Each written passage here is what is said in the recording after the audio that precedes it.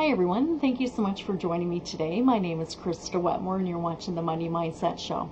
So today I thought I would step back and talk about something that most people don't want to talk about, and that is planning for the unexpected. And what I mean by that is what would happen to your business if you had to step away from it for any period of time, and what would it look like?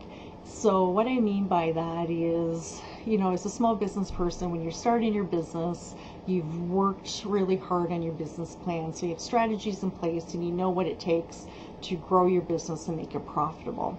Oftentimes what's overlooked is the business continuation plan. So if you had to step away from that for a certain period of time, what strategies do you have in place to protect your wealth, to protect your business, to protect the profitability, and ensuring that it will continue to grow and operate in your absence? That's what we're going to talk about today. So I don't need to tell you, as a small business owner, you wear so many different hats. You're the salesperson, you're the accountant, HR department, complaint department, and everything else in between. So you play a critical role in your business, and we want to ensure that in your absence, that that your business doesn't suffer because you're not there.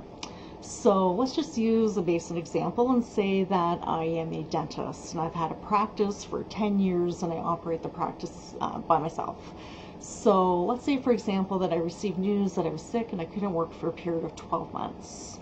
What would happen to my practice? So what would happen to the rent that's due every month, utilities, property taxes? I have dental hygienists that I would have to pay for. And what would happen to my patients who wouldn't be able to see me?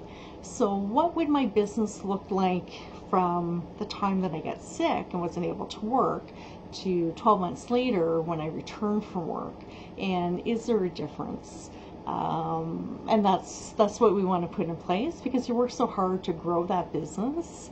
And I found over the years, by working with many of my clients, it's something that oftentimes they hear, I've been meaning to get to it, but I just haven't. Or I've been so focused on growing my business, I never thought of putting something in place. But that business continuation is just as important as the business plan and the growth plan that you have. So let's jump right into it. And without being too depressing, I thought preparing for this talk today, I would look at some statistics, and to be honest with you, it's quite depressing. So, but I'm going to mention, I'll throw a couple numbers at you just for fun. And the first one is, I was just looking for statistics on what are the different types of illnesses and what are the probability that somebody could get sick or step away from the business. So we know that 1 in 500 Canadians every day are going to be diagnosed with cancer, that over 90% of Canadians have one or more risk factor for a heart attack or stroke, and that between the age of 45 and 54, that 15% of the population will become disabled. So that's where I stopped reading, because again, that was depressing enough. But nevertheless, the point of me mentioning those things is, obviously, the older that you are, the chances of becoming ill increase as well. So that's something that we do want to mitigate, especially if you are a small business owner. Because let's face it, you as the owner are the company's biggest asset. And if I was to use an example of, if you were to go out and buy $1 million building, for example, I can absolutely guarantee that you would have fire insurance on it, because it's a huge amount of money and you would want to ensure that it's protected. But again, for yourself, oftentimes it's overlooked as far as how do I need to be protected as a small business owner. So that's what I'm going to touch on today. So the business continuation plan, when I look at it, there's a few different things you do want to consider as risk factors. So what is if I wasn't able to work for, say again, 12 months, what would that profitability in that 12 months look like? Would the business debts and the loans I would have for the business, how would they get paid? How would my staff get paid? How would I retain my staff during that absence? Because I wouldn't want to lose my key people either. How would I keep my suppliers happy, as well as how do I keep my clients happy and keep them with me versus going to somebody else? So there's quite a different numbers of things that we do that. So how do we manage that risk? And there's a couple different ways that we can look at risk in a very economical manner, and that is using disability insurance and critical illness insurance. So disability insurance, there's two different types of disability insurance. One is a personal disability insurance, which is basically insurance that would pay you on for example, a monthly basis to replace your income, and that would be used to pay for any personal expenses that you would have during your absence. The other type of disability insurance that we have is office overhead expense disability insurance.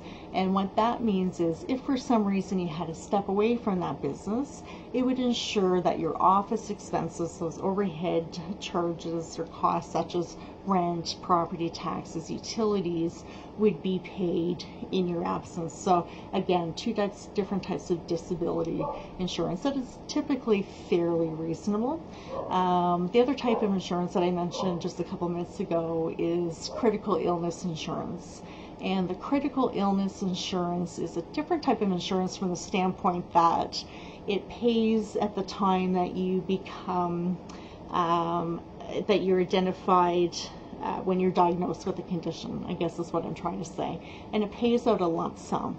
And that lump sum can be paid, that can be used in any manner that you want. It can be used for business expenses or personal expenses. Again, it's paid cash or tax-free to you in a lump sum manner. So two different ways that you as a business owner can be protected.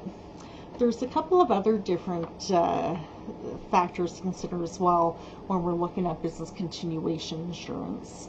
And one is a key person life insurance. So if you have somebody in the company that is absolutely critical to your day-to-day operations or the profitability of your company, you can put key person life insurance on that individual. So in the event that there was a loss, you would receive money to help bridge that difficult time into finding and training somebody new to assist you with your business. Also, there's a buy-sell life insurance as well, which can help fund the purchase of shares or interest in a company if the other partner or shareholder was to pass away. There's also a disability and critical illness buyout insurance, and that would mean if your business partner or shareholder, key shareholder, was to become disabled or become ill, again, you would be paid out. You would receive a payment for that. And again, the purpose of those is to help bridge those times where where either yourself or a key person in the business were to step away from it for a certain period of time. So again, there's a few different factors to look at, but nevertheless, it's very important for somebody like me to identify what your goals and needs are and to match one of these products to help reduce any risk factors that you would have in your business. Because again, at the end of the day, it's not only about growing your wealth, it's also about protecting your wealth. So if you have any questions, please feel free to reach out to me. I'd love to speak with you. And again, if you have any suggestions on any future topics, please let me know, and I'd be more than happy to share my knowledge with you. So thanks so much and have a great day. We'll talk to you soon. Bye-bye.